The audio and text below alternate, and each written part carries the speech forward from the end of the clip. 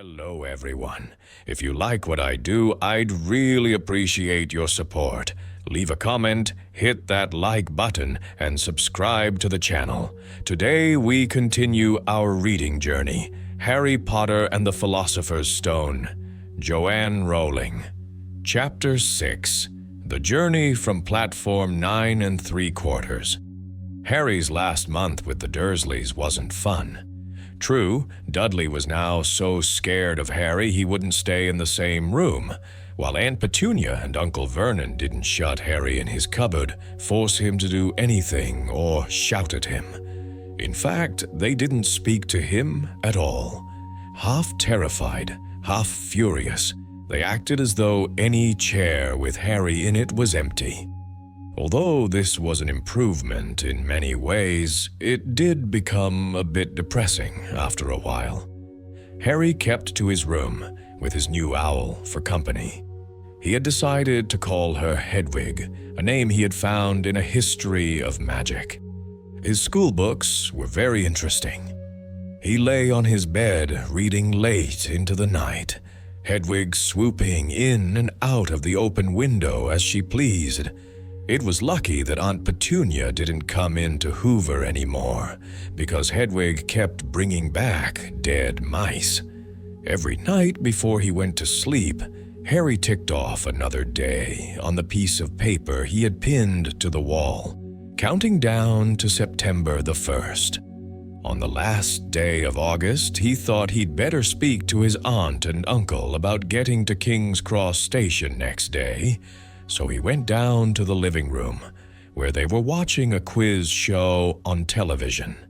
He cleared his throat to let them know he was there, and Dudley screamed and ran from the room.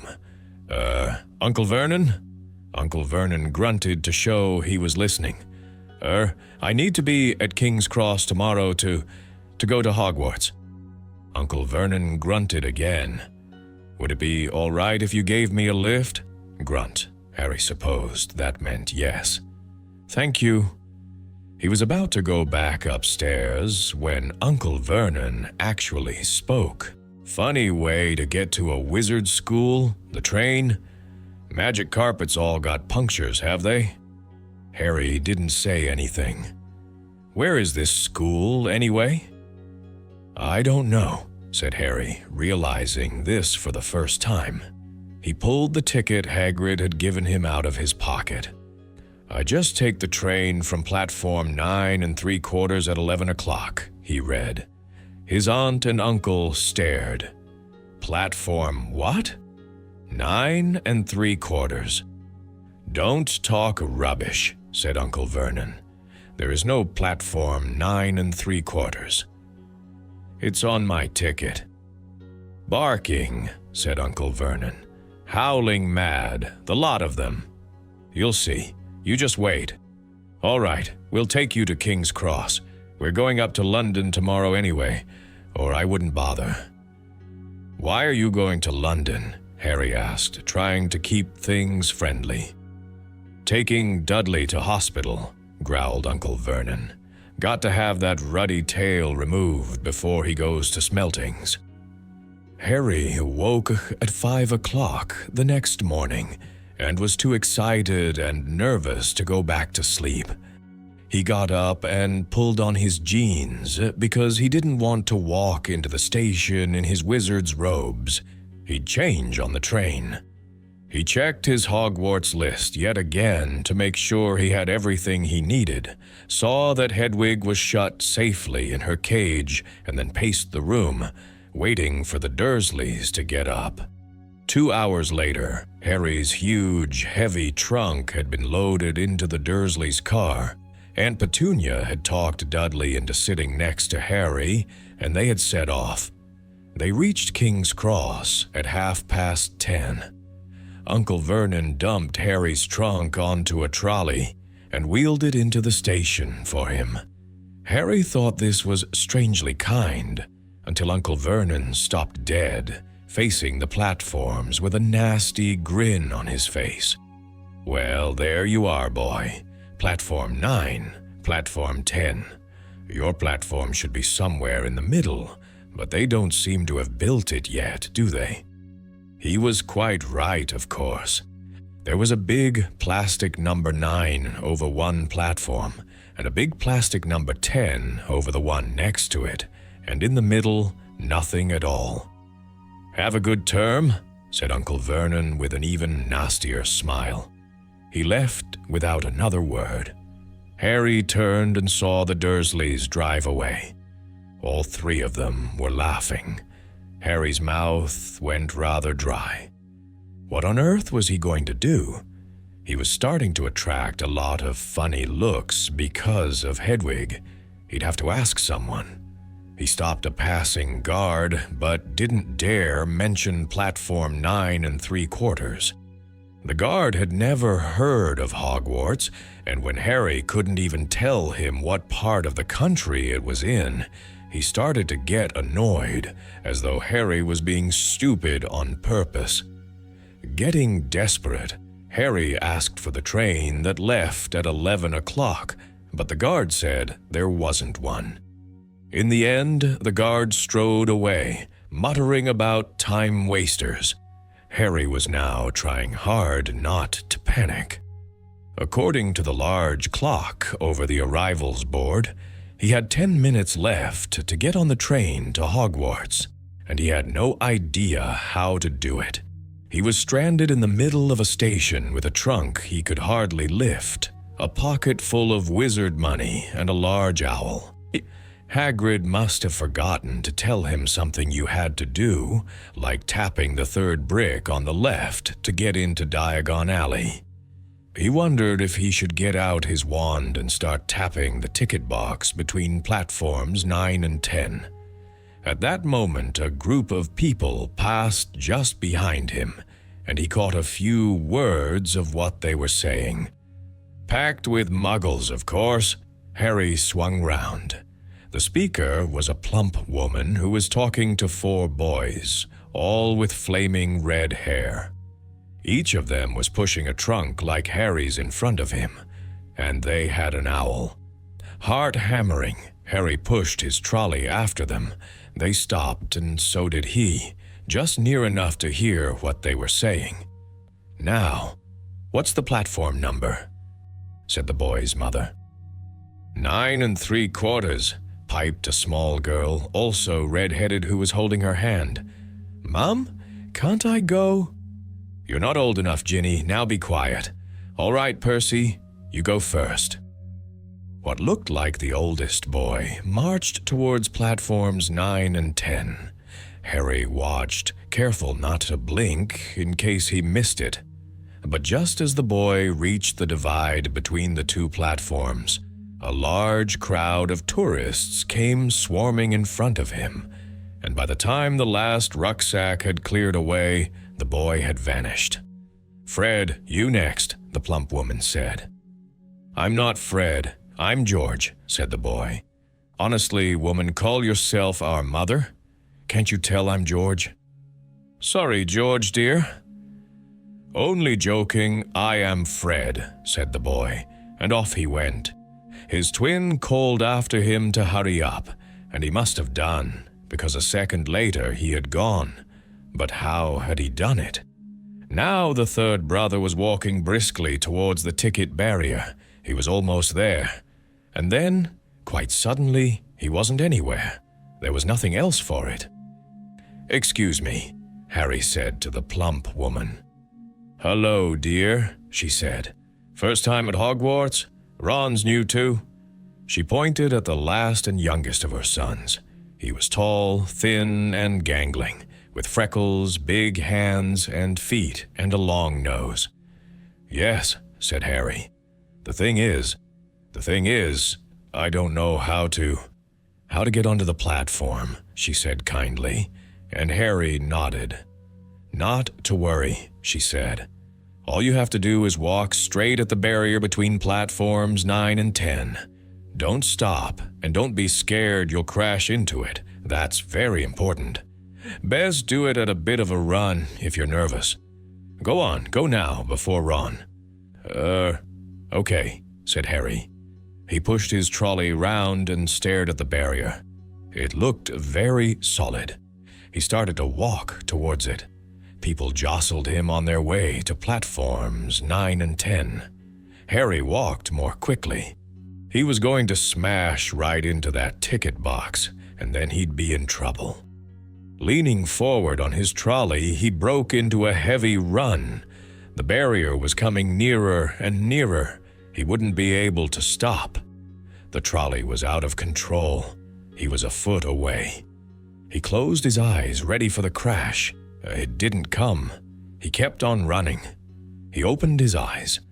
A scarlet steam engine was waiting next to a platform packed with people. A sign overhead said, "Hogwarts Express, 11 o'clock." Harry looked behind him and saw a wrought iron archway where the ticket box had been, with the words "Platform 9 and 3/4" on it. He had done it. Smoke from the engine drifted over the heads of the chattering crowd, while cats of every color wound here and there between their legs. Owls hooted to each other in a disgruntled sort of way over the babble and the scraping of heavy trunks. The first few carriages were already packed with students, some hanging out of the window to talk to their families, some fighting over seats. Harry pushed his trolley off down the platform in search of an empty seat. He passed a round-faced boy who was saying, "Gran, I've lost my toad again." "Oh, Neville," he heard the old woman sigh. A boy with dreadlocks was surrounded by a small crowd. "Give us a look, Lee. Go on."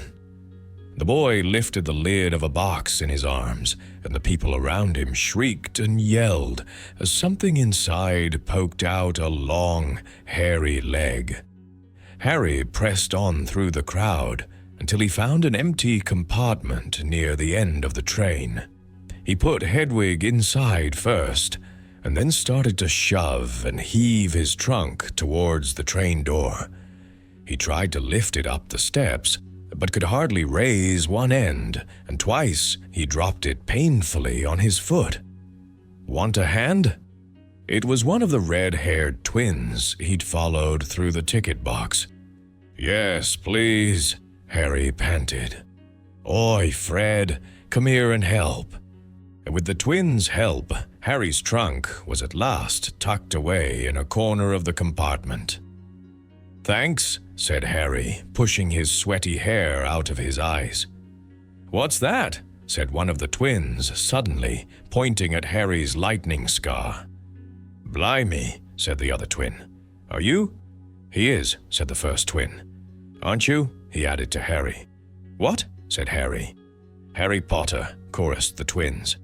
"Oh, him," said Harry. "I mean, yes, I am." The two boys gawped at him, and Harry felt himself going red. Then, to his relief, a voice came floating in through the train's open door. "Fred? George, are you there?" "Comin', Mum." With a last look at Harry, the twins hopped off the train. Harry sat down next to the window where, half hidden, he could watch the red-haired family on the platform and hear what they were saying.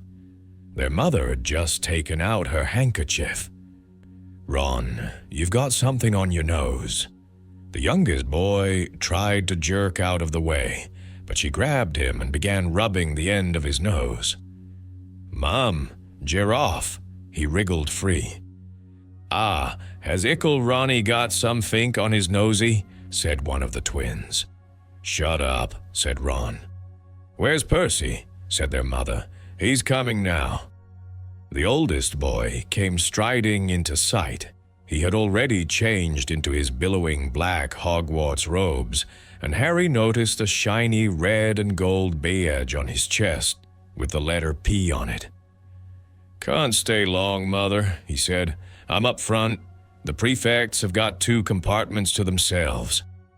"Oh, are you a prefect, Percy?" said one of the twins, with an air of great surprise. "You should have said something. We had no idea."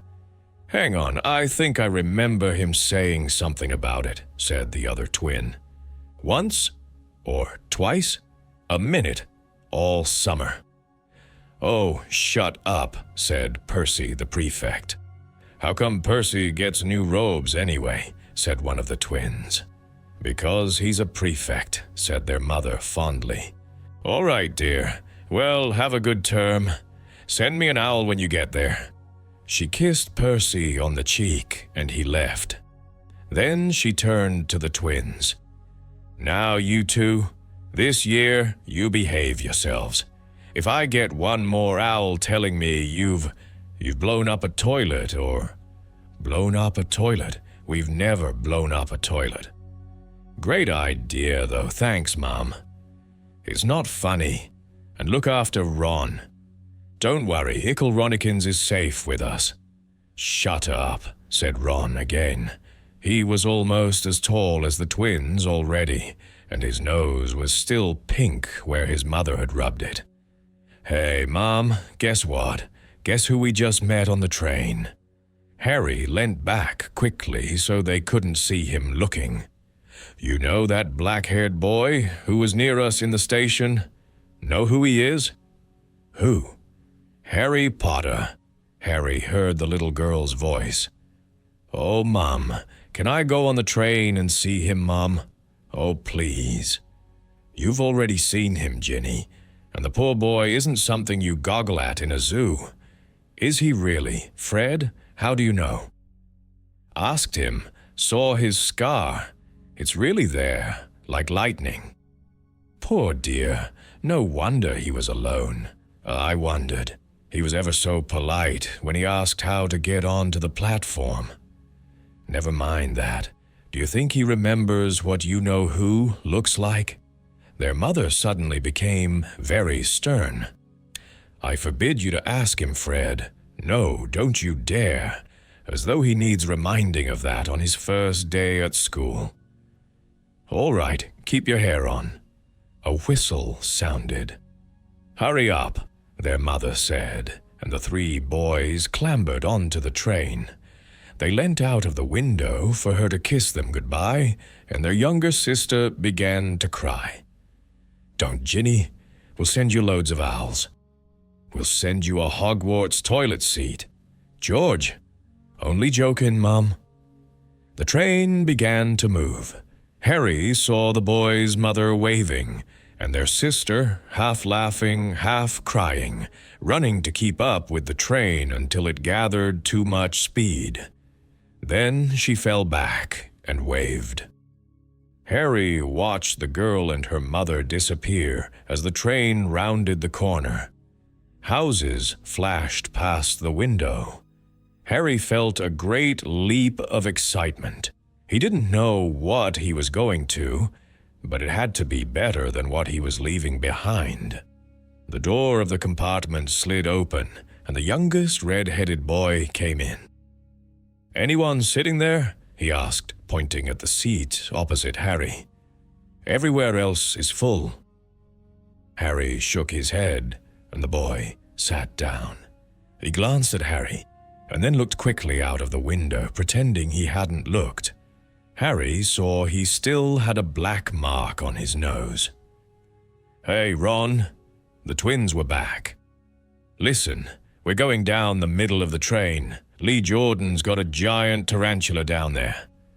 "Right," mumbled Ron. "Harry," said the other twin.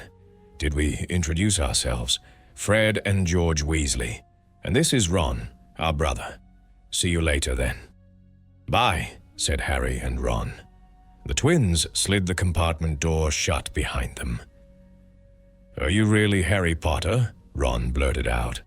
Harry nodded. "Oh, well, I thought it might be one of Fred and George's jokes," said Ron. "And have you really got, you know?"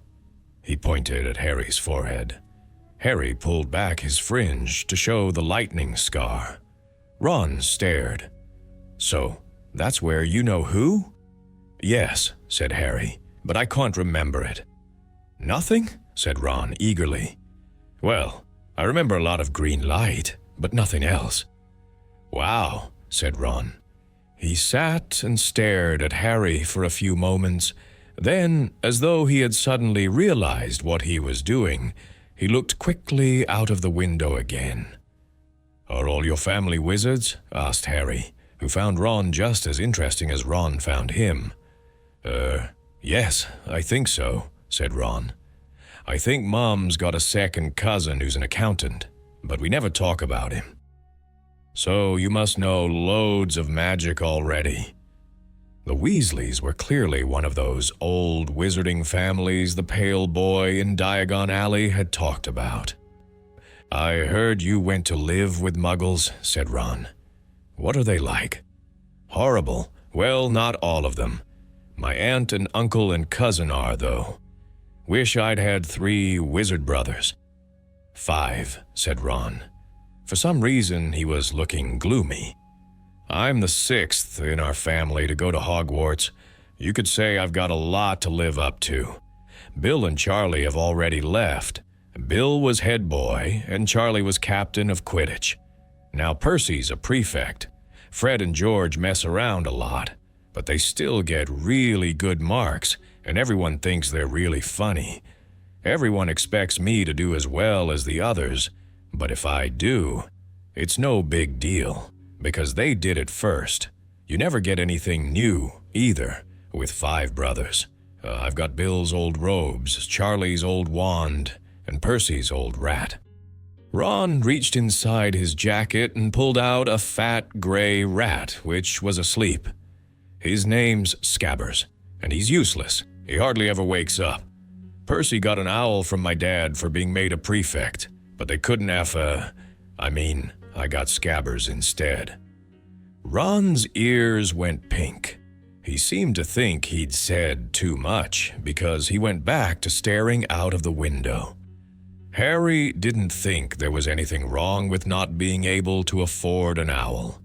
After all, he'd never had any money in his life until a month ago, and he told Ron so, all about having to wear Dudley's old clothes and never getting proper birthday presents. This seemed to cheer Ron up. "And until Hagrid told me, I didn't know anything about being a wizard, or about my parents or Voldemort," Ron gasped. "What?" said Harry. "You said you know whose name," said Ron, sounding both shocked and impressed. "I'd have thought you, of all people." "I'm not trying to be brave or anything saying the name," said Harry. "I just never knew you shouldn't. See what I mean? I've got loads to learn." "I bet," he added, voicing for the first time something that had been worrying him a lot lately. "I bet I'm the worst in the class." "You won't be. There's loads of people who come from Muggle families, and they learn quick enough." While they had been talking, the train had carried them out of London. Now they were speeding past fields full of cows and sheep. They were quiet for a time, watching the fields and lanes flick past. Around 12:30, there was a great clattering outside in the corridor, and a smiling, dimpled woman slid back their door and said, "Anything off the trolley, dears?" Harry, who hadn't had any breakfast, leapt to his feet, but Ron's ears went pink again, and he muttered that he'd brought sandwiches. Harry went out into the corridor. He had never had any money for sweets with the Dursleys, and now that he had pockets rattling with gold and silver, he was ready to buy as many Mars bars as he could carry, but the woman didn't have Mars bars. What she did have were Bertie Bott's every flavor beans, Drooble's best blowing gum, chocolate frogs, pumpkin pasties, cauldron cakes, licorice wands, and a number of other strange things Harry had never seen in his life. Not wanting to miss anything, he got some of everything and paid the woman 11 silver sickles and 7 bronze nuts. Ron stared as Harry brought it all back into the compartment and tipped it on to an empty seat. "Hungry, are you?" "Starving," said Harry, taking a large bite out of a pumpkin pasty. Ron had taken out a lumpy package and unwrapped it. There were 4 sandwiches in there. He pulled one of them apart and said, She always forgets I don't like corned beef." "Swap you for one of these," said Harry, holding up a pasty. "Go on." "You don't want this. It's all dry," said Ron. "She hasn't got much time," he added quickly. "You know, with 5 of us." "Go on, have a pasty," said Harry, who had never had anything to share before, or indeed anyone to share it with. It was a nice feeling, sitting there with Ron, eating their way through all Harry's pasties and cakes. The sandwiches lay forgotten. "What are these?" Harry asked Ron, holding up a pack of chocolate frogs. "They're not really frogs, are they?" He was starting to feel that nothing would surprise him. "No," said Ron, "but see what the card is. I'm missing Agrippa." "What?" "Oh, of course. You wouldn't know. Chocolate frogs have cards inside them, you know, to collect. Famous witches and wizards. I've got about 500, but I haven't got Agrippa or Ptolemy." Harry unwrapped his chocolate frog and picked up the card. It showed a man's face. He wore half-moon glasses, had a long, crooked nose, and flowing silver hair, beard and mustache. Underneath the picture was the name Albus Dumbledore. "So this is Dumbledore," said Harry. "Don't tell me you'd never heard of Dumbledore," said Ron. "Can I have a frog? I might get Agrippa. Thanks." Harry turned over his card and read, "Albus Dumbledore, currently headmaster of Hogwarts. Considered by many the greatest wizard of modern times, Professor Dumbledore is particularly famous for his defeat of the dark wizard Grindelwald in 1945, for the discovery of the 12 uses of dragon's blood, and his work on alchemy with his partner, Nicholas Flamel. Professor Dumbledore enjoys chamber music and 10-pin bowling." Harry turned the card back over and saw, to his astonishment, that Dumbledore's face had disappeared. "He's gone." "Well, you can't expect him to hang around all day," said Ron. "He'll be back." "No, I've got Morgana again, and I've got about 6 of her. Do you want it? You can start collecting." Ron's eyes strayed to the pile of chocolate frogs waiting to be unwrapped. "Help yourself," said Harry. "But in, the Muggle world, people just stay put in photos." "Do they? What, they don't move at all?" Ron sounded amazed. "Weird." Harry stared as Dumbledore sidled back into the picture on his card and gave him a small smile. Ron was more interested in eating the frogs than looking at the famous witches and wizards cards, but Harry couldn't keep his eyes off them. Soon, he had not only Dumbledore and Morgana, but Hengist of Woodcroft, Albrecht Grunion, Circe, Paracelsus, and Merlin. He finally tore his eyes away from the druidess Cleodna, who was scratching her nose, to open a bag of Bertie Bott's every flavor beans. "You want to be careful with those," Ron warned Harry. "When they say every flavor, they mean every flavor. You get all the ordinary ones like chocolate and peppermint and marmalade, but then you can get spinach and liver and tripe. George reckons he had a bogey-flavored one once." Ron picked up a green bean, looked at it carefully, and bit into a corner. "Blah! See? Sprouts." They had a good time eating the every flavor beans. Harry got toast, coconut, baked bean, strawberry curry, grass, coffee, sardine, and was even brave enough to nibble the end off a funny gray one Ron wouldn't touch, which turned out to be pepper. The countryside, now flying past the window, was becoming wilder. The neat fields had gone. Now there were woods, twisting rivers, and dark green hills. There was a knock on the door of their compartment, and the round-faced boy Harry had passed on platform 9 3/4 came in. He looked tearful. "Sorry," he said, "but have you seen a toad at all?" When they shook their heads, he wailed, I've lost him. He keeps getting away from me." "He'll turn up," said Harry. "Yes," said the boy miserably. "Well, if you see him," he left. "Don't know why he's so bothered," said Ron. "If I'd brought a toad, I'd lose it as quick as I could. Mind you, I brought Scabbers, so I can't talk." The rat was still snoozing on Ron's lap. "He might have died and you wouldn't know the difference," said Ron in disgust. "I tried to turn him yellow yesterday to make him more interesting, but the spell didn't work. I'll show you. Look." He rummaged around in his trunk and pulled out a very battered-looking wand.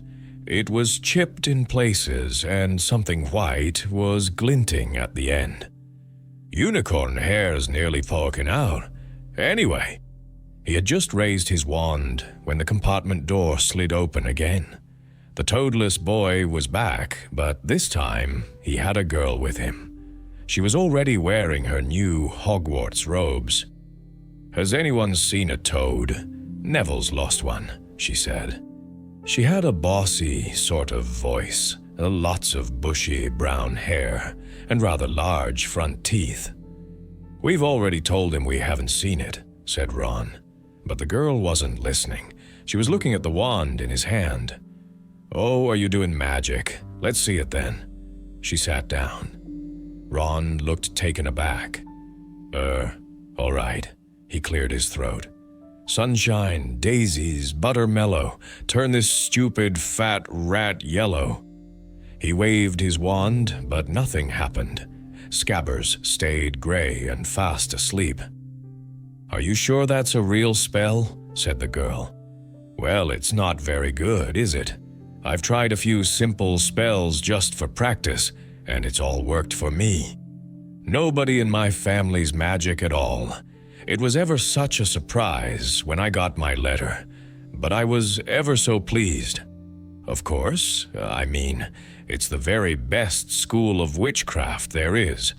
I've learnt all our set books off by heart, of course. I just hope it will be enough. I'm Hermione Granger, by the way. Who are you?" She said all this very fast.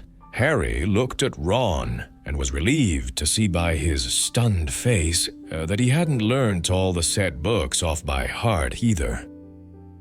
"I'm Ron Weasley," Ron muttered. "Harry Potter," said Harry. "Are you really?" said Hermione. "I know all about you, of course. I got a few extra books for background reading, and you're in modern magical history, and the rise and fall of the dark arts and great wizarding events of the 20th century." "Am I?" said Harry, feeling dazed. "Goodness, didn't you know? I'd have found out everything I could if it was me," said Hermione. "Do either of you know what house you'll be in?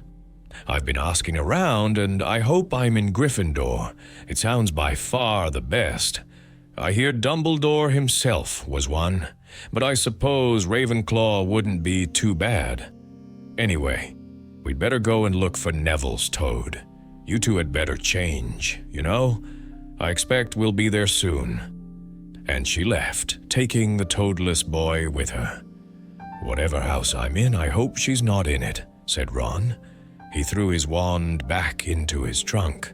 "Stupid spell. George gave it to me. Bet he knew it was a dud." "What house are your brothers in?" asked Harry. "Gryffindor," said Ron. Gloom seemed to be settling on him again. "Mom and Dad were in it too. I don't know what they'll say if I'm not. I don't suppose Ravenclaw would be too bad, but imagine if they put me in Slytherin." "That's the house you know who was in?" "Yeah," said Ron. He flopped back into his seat, looking depressed. "You know, I think the ends of Scabbers' whiskers are a bit lighter," said Harry, trying to take Ron's mind off houses. "So, what do your oldest brothers do now they've left, anyway?" Harry was wondering what a wizard did once he'd finished school. Charlie's in Romania, studying dragons, and Bill's in Africa, doing something for Gringotts," said Ron. "Did you hear about Gringotts? It's been all over the Daily Prophet, but I don't suppose you get that with the Muggles. Someone tried to rob a high-security vault." Harry stared. "Really? What happened to them?" "Nothing, that's why it's such big news. They haven't been caught. My dad says it must have been a powerful dark wizard to get round Gringotts, but they don't think they took anything. That's what's odd. Of course, everyone gets scared when something like this happens in case you-know-who's behind it." Harry turned this news over in his mind. He was starting to get a prickle of fear every time you-know-who was mentioned.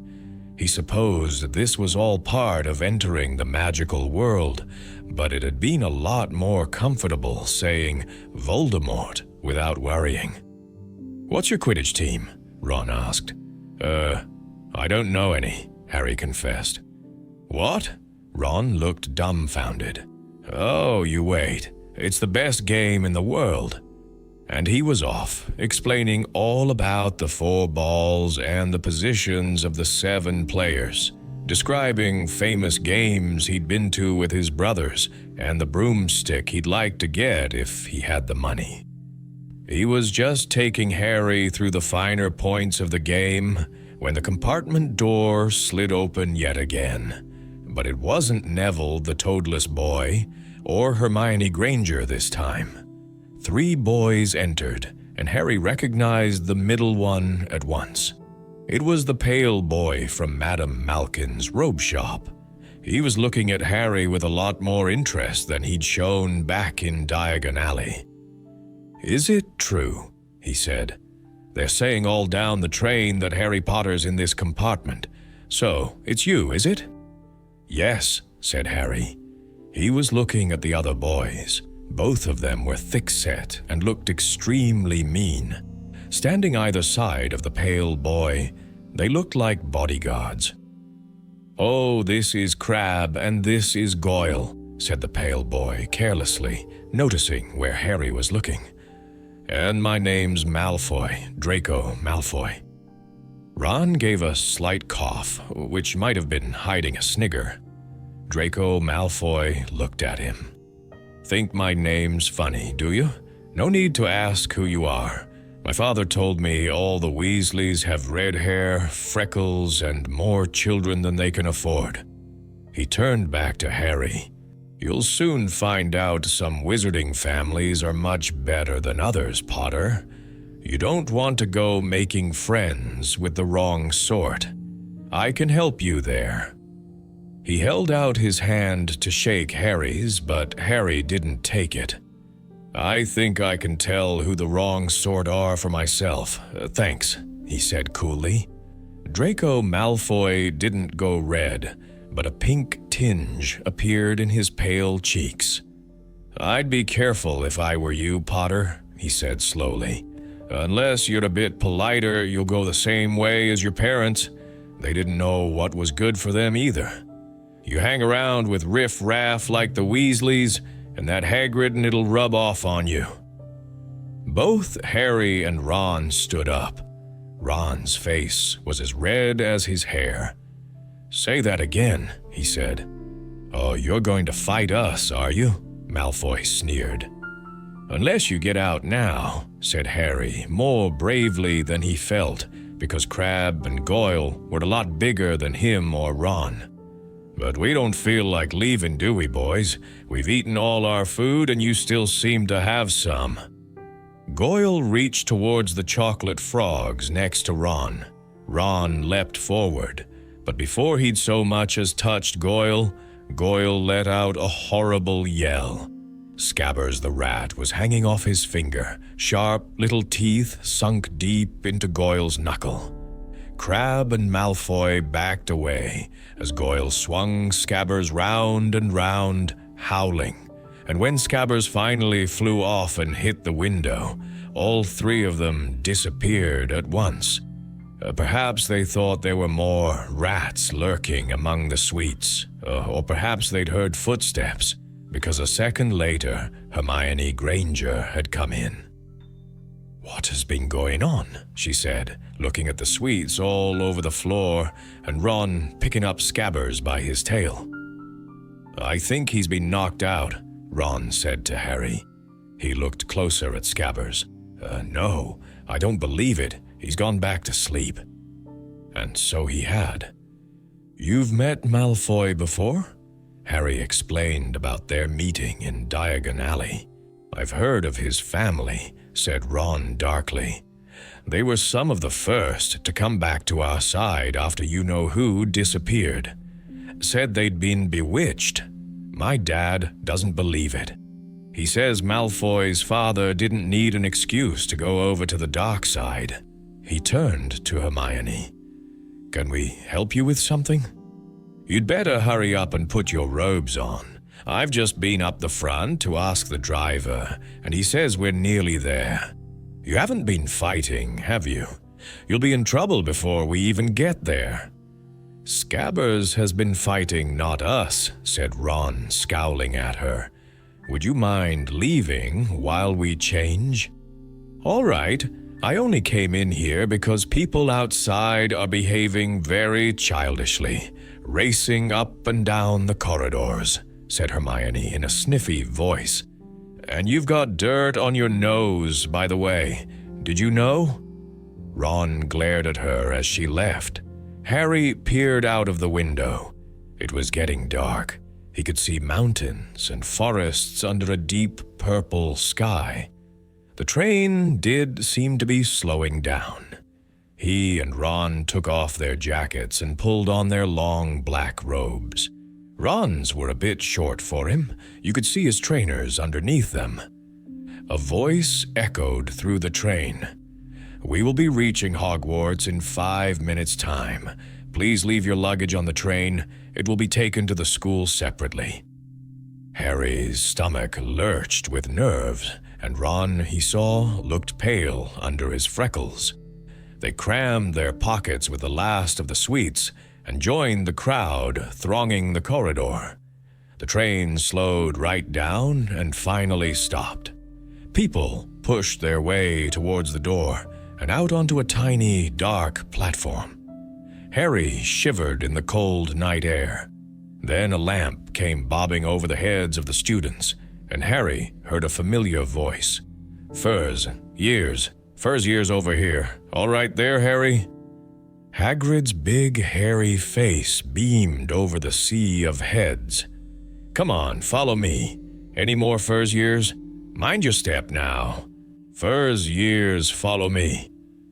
Slipping and stumbling, they followed Hagrid down what seemed to be a steep, narrow path. It was so dark either side of them that Harry thought there must be thick trees there. Nobody spoke much. Neville, the boy who kept losing his toad, sniffed once or twice. "You'll get your first sight of Hogwarts in a sec," Hagrid called over his shoulder. "Just round this bend here." There was a loud "Oh!" The narrow path had opened suddenly onto the edge of a great black lake. Perched atop a high mountain on the other side, its windows sparkling in the starry sky, was a vast castle with many turrets and towers. "No more'n 4 to a boat," Hagrid called, pointing to a fleet of little boats sitting in the water by the shore. Harry and Ron were followed into their boat by Neville and Hermione. "Everyone in," shouted Hagrid, who had a boat to himself. "Right then, forward." And the fleet of little boats moved off all at once, gliding across the lake, which was as smooth as glass. Everyone was silent, staring up at the great castle overhead. It towered over them as they sailed nearer and nearer to the cliff on which it stood. "Heads down!" yelled Hagrid as the first boats reached the cliff. They all bent their heads, and the little boats carried them through a curtain of ivy, which hid a wide opening in the cliff face. They were carried along a dark tunnel, which seemed to be taking them right underneath the castle. until they reached a kind of underground harbor where they clambered out onto rocks and pebbles. "Oi, you there, is this your toad?" said Hagrid, who was checking the boats as people climbed out of them. "Trevor!"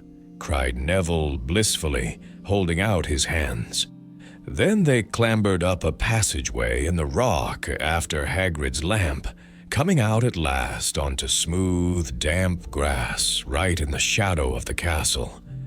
They walked up a flight of stone steps and crowded around the huge oak front door.